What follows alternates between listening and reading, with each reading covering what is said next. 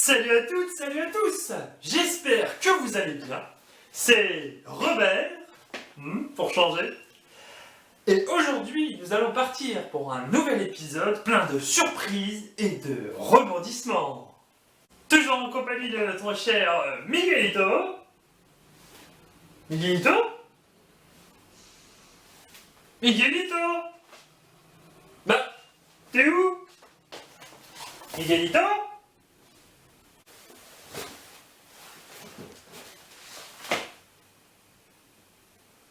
Bon. Bah, je pense qu'il va falloir se passer de... Me voici, me voilà! Alors comme ça, on commence un épisode sans moi. Non, voyons. Qu'est-ce que t'as cru? Ah, je sais pas, moi... Peut-être que t'en avais marre, ou que t'avais carrément tourné la page. C'est possible, hein? Mais figure-toi que c'est en faisant comme ça que j'ai fait une rencontre extraordinaire. Bon, commence déjà par t'asseoir, hein, et après tu nous raconteras ton histoire. Père Castor, raconte-nous une histoire, Père Castor. Il y a quelques semaines, j'étais dans mon jardin, tranquille, comme ça, en train de tailler les plantes. Et je crois avoir vu quelque chose d'inhabituel dans les branches.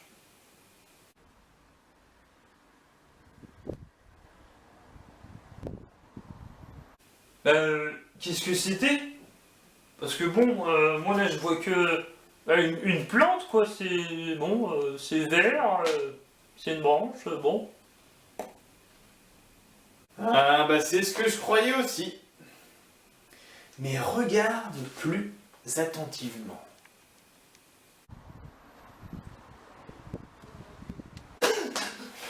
C'était quoi cette chose là? On aurait dit une tête qui a bougé. Exactement. Tu as deviné. Je te présente la menthe religieuse.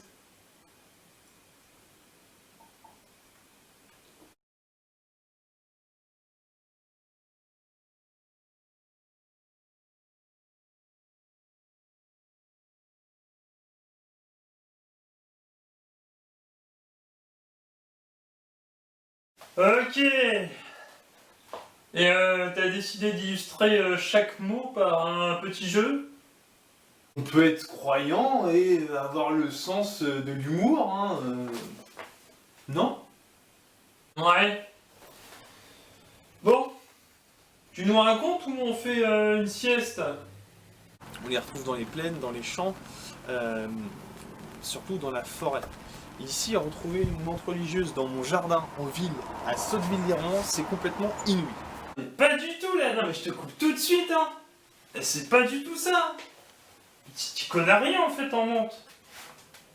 T'as pas fait de recherche. Si. Enfin, non. Mais laisse-moi essayer quand même. Et puis, depuis quand toi tu t'y connais en menthe? La femelle a un comportement très particulier dans les moments de reproduction. Elle peut se débarrasser du mâle en le mangeant. Pour des raisons un peu obscures,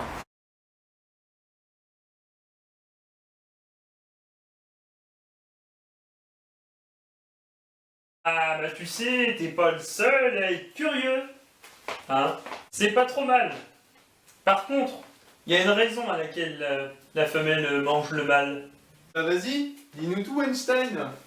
Puisque c'est toi qui dirige les opérations. Avec joie. Le truc, c'est que la menthe ne chasse pas que quand elle a faim. La prédation est un réflexe. Et tu trouves que c'est une bonne raison, toi, de manger par réflexe? À toi de voir.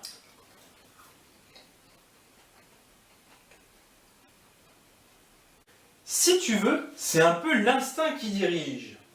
Le fait qu'elle le mange, elle ne le fait pas consciemment. Et puis, de toute façon, ça ne change rien. Finalement, j'avais raison. C'est pour des raisons obscures. Allez, On continue? J'ai une petite scène.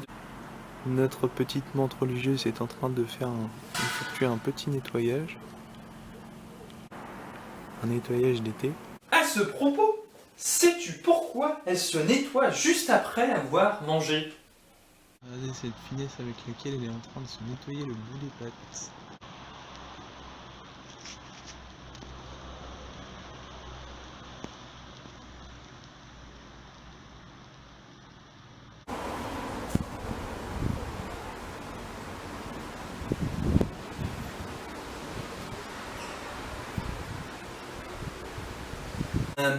Je devine que ça doit pour être prêt à bondir sur la prochaine victime.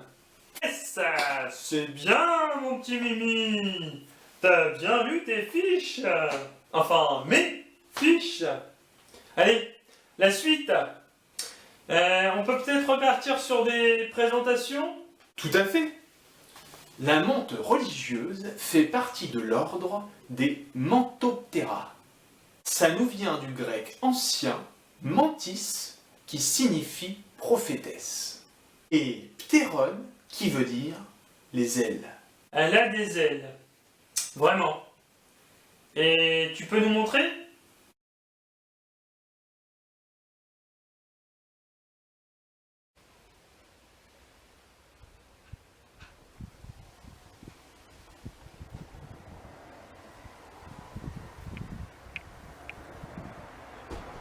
Fascinant! Et je vois aussi qu'elle a des pattes spéciales. T'as des détails? Les pattes avant qui se déclinent en 3 parties. La première partie qui est reliée au thorax avec des intérieurs de pattes noires. Ensuite, vous avez l'avant-bras constitué de petites épines et la dernière déclinaison de la menthe, c'est une espèce de fourche qui se trouve juste avant la patte et le crochet, qui permet d'attraper, d'agripper et d'avoir ce comportement d'attaque. On appelle ces pattes antérieures les pattes ravisseuses. Elles caractérisent les menthes. Si tu regardes attentivement, tu peux voir que le tibia et le fémur sont armés d'épines sur leur face inférieure.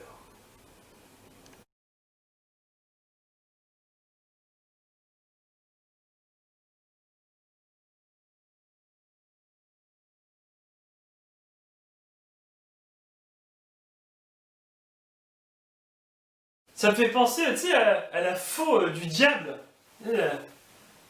Ou celle que j'ai dans la cabane, dans le jardin. Ah bah oui, c'est vrai. T'es un cutéreux, toi. Tout à fait. Et fier de l'être. Et du coup, à quoi ça lui sert ces grandes cisailles?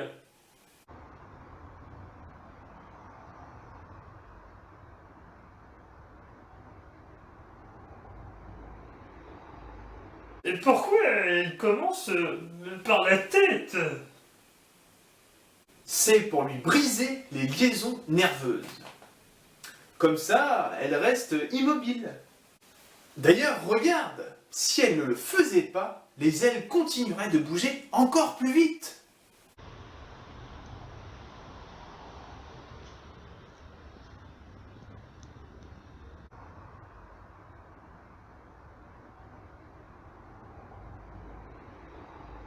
Est-ce qu'elle mange autre chose que des mouches? Ah oui, et je peux te dire que c'est une sacrée carnivore, voire une cannibale. T'es en train de me dire qu'elle peut manger d'autres menthes? Et oui, les femelles mangent parfois le mâle, avant, après, et même parfois pendant la fécondation. Pour te dire, elle a même parfois tendance à le décapiter. Elle est un petit peu dérangée ta menthe là, hein? Pourquoi tant de haine? Il n'y a pas d'explication réelle pour définir cela. Ou alors, si, comme on le disait bien avant, La prédation est un réflexe. Donc, carnivore, tu nous disais. Oui, elle peut aussi bien manger des sauterelles, des criquets, des abeilles et des bourdons, et même des papillons. On aurait même vu certaines espèces s'attaquer à des petits lézards. Un insecte qui mange un vertébré. Ouais, on aura tout vu. Et pourquoi pas un oiseau qui bouffe un chat? Eh mais t'as l'esprit complètement retourné toi, hein.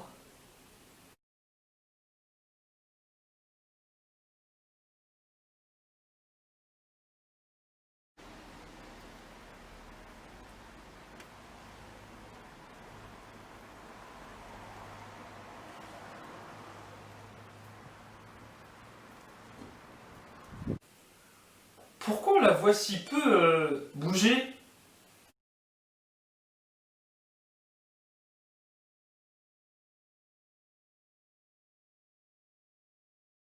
C'est une écolo, mon cher. Économie d'énergie. Et puis tu sais, après l'avoir vu se déplacer sur le plat, tu comprendras. Pas à pas, elle se déplace.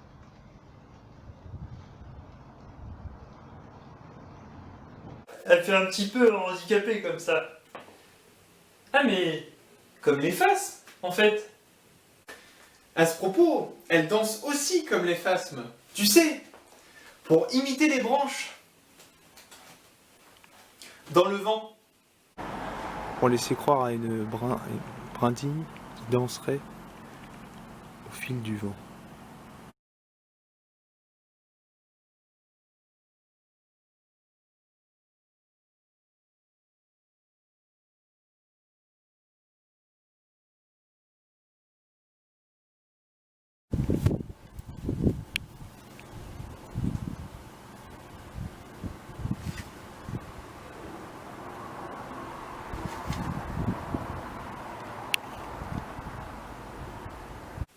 Elle mesure combien, ta menthe? 7 cm pour les femelles et 5 cm pour les mâles. Mais peut-être que tu préfères un petit comparatif?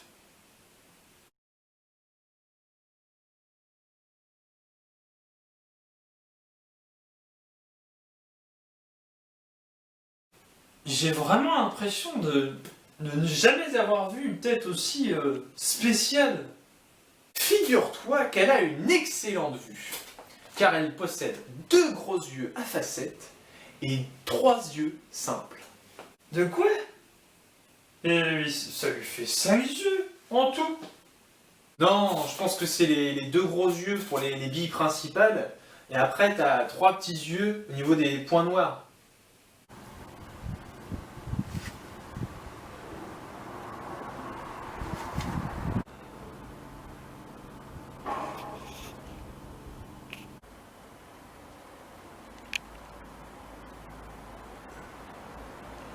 Dis donc, elle a le coup d'œil, la petite mère.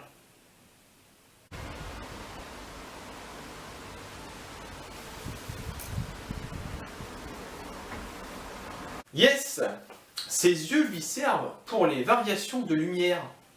Tiens-toi bien, elle serait même le seul insecte à voir les reliefs. Caractéristiques qu'elle partage avec nous, les chats, les chevaux, les singes, les chouettes et les crapauds. Ah, la vision en 3D. Ouais. Par contre, elle ne traite pas les images fixes. Elle ne s'attaque qu'à des proies en mouvement, justement parce que ce sont des images qui bougent. Ah, mais c'est pour ça, le fameux papillon de tout à l'heure. Sauter sur une autre proie.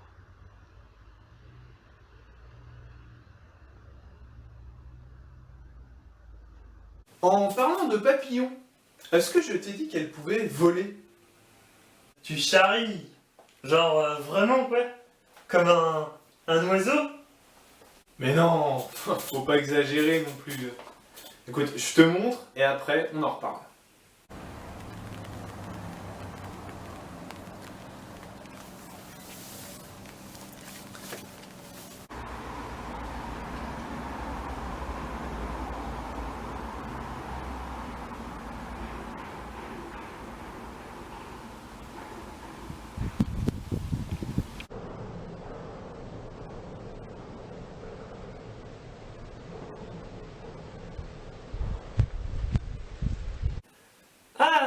elle porte bien son nom finalement, hein. La prophétesse avec des ailes. Yes!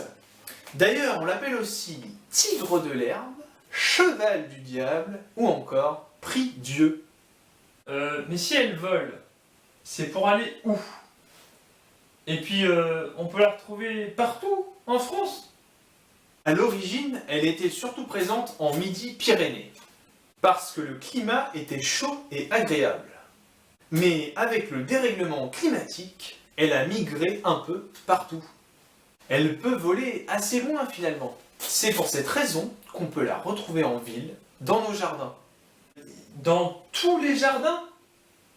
Et aussi à la montagne. Tous, non. Il ne faut pas qu'il y ait eu de produits chimiques. À la montagne, pas vraiment. Mais on a retrouvé des espèces jusqu'à 800 mètres d'altitude. Je crois savoir que les insectes sont plutôt nocturnes. Est-ce que c'est son cas? Oui, elle a tendance à être plus à l'affût la nuit. Voyons si toi aussi tu es à l'affût. Sauras-tu déceler le petit changement qu'il y a dans cette vidéo?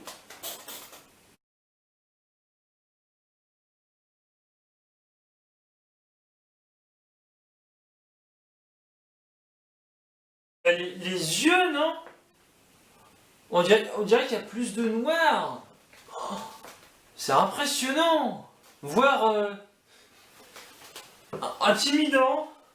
Excellente réponse! Je pense que c'est pour capter un maximum de lumière dans le noir. Un peu comme nous. La pupille grossit pour capter le plus de lumière. Elle n'en a pas d'autres, des techniques d'intimidation? Tout juste, regarde.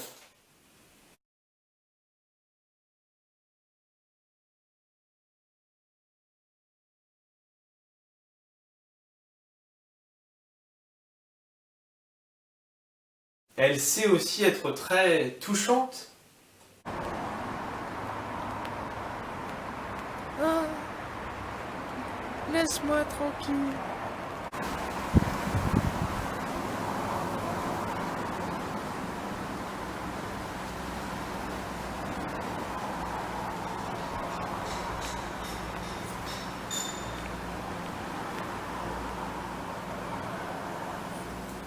Eh, j'ai entendu un bruit là.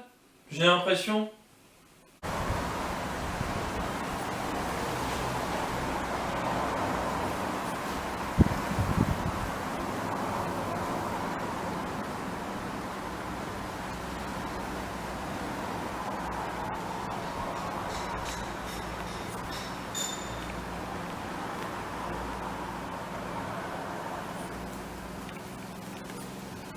En fait, le bruit que tu as entendu, ce sont ses élytres qu'elle frotte pour intimider encore plus. Les élytres, tu dis? Oui, ce sont les premières ailes qui protègent les plus sensibles du dessous. Quelle précaution! Eh oui, mon petit. Et maintenant, nous allons laisser Rena s'exprimer, car je crois qu'elle avait quelque chose à nous dire. Rena? Parce qu'en plus, tu lui as donné un nom. Bah oui, hein, il fallait bien. Hein. N'est-ce pas, Rena? Mais si! Apparemment, elle est pas trop d'accord.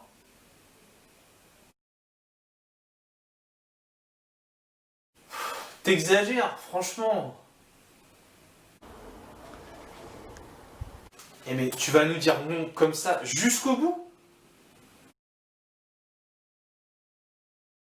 Elle a l'air têtue, hein, quand même. Hein.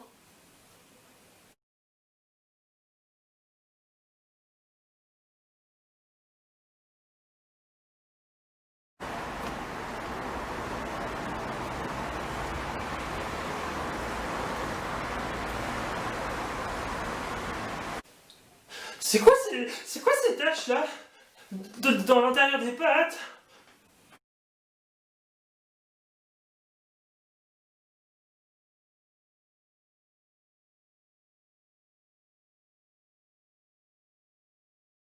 Ah ça, bah c'est pour faire peur. Hein mon cher? Apparemment, ça marche bien. Hein. Trouillard. Et oui, elle forme ainsi une sorte de grosse tête avec des yeux pour paraître plus grosse qu'elle ne l'est. On n'a pas parlé de la reproduction. Est-ce que tu pourrais nous en dire quelques mots? Elle pond ses œufs de septembre à octobre. Environ 200 à 300 œufs. Ils sont jaunes et longs. 300 œufs? Waouh, ça fait beaucoup, hein. Et ils sont protégés comment?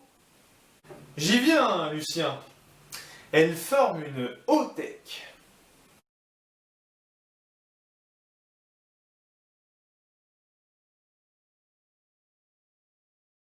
Et elles s'ambiancent sur du disco. On aimerait bien. Mais bon, les discothèques en ce moment, c'est pas vraiment la fête. L'hautech, je disais, est une sorte de soie blanche qui prend la forme d'une structure à lamelles qui durcit et brunit avec la pluie. Ça se fait naturellement cette hautech? Je veux dire, ça sort comme ça de la menthe? Ah non, t'imagines bien, il y a du taf avant. Elle doit agiter l'extrémité de son abdomen. Ainsi, elle transforme le liquide en mousse. Comme quand tu bats les blancs en neige. Après, les petits, ils naissent quand? Et ils sont comment? Les larves émergent au printemps. Les petits mesurent environ 1 cm, mais ils n'ont pas d'ailes. Il faudra 6 mues au total pour arriver à la taille adulte.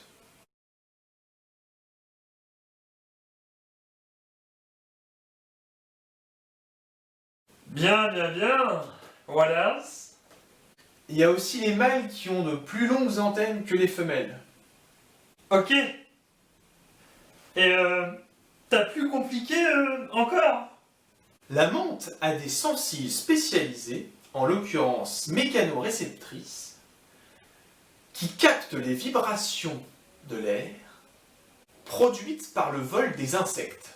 Ces sensiles dites filiformes permettent... Ouais. J'ai pas tout capté. Et vous? C'est une histoire d'antenne. Eh ben, ça tombe bien, parce que on n'a pas la télé ici. Bien.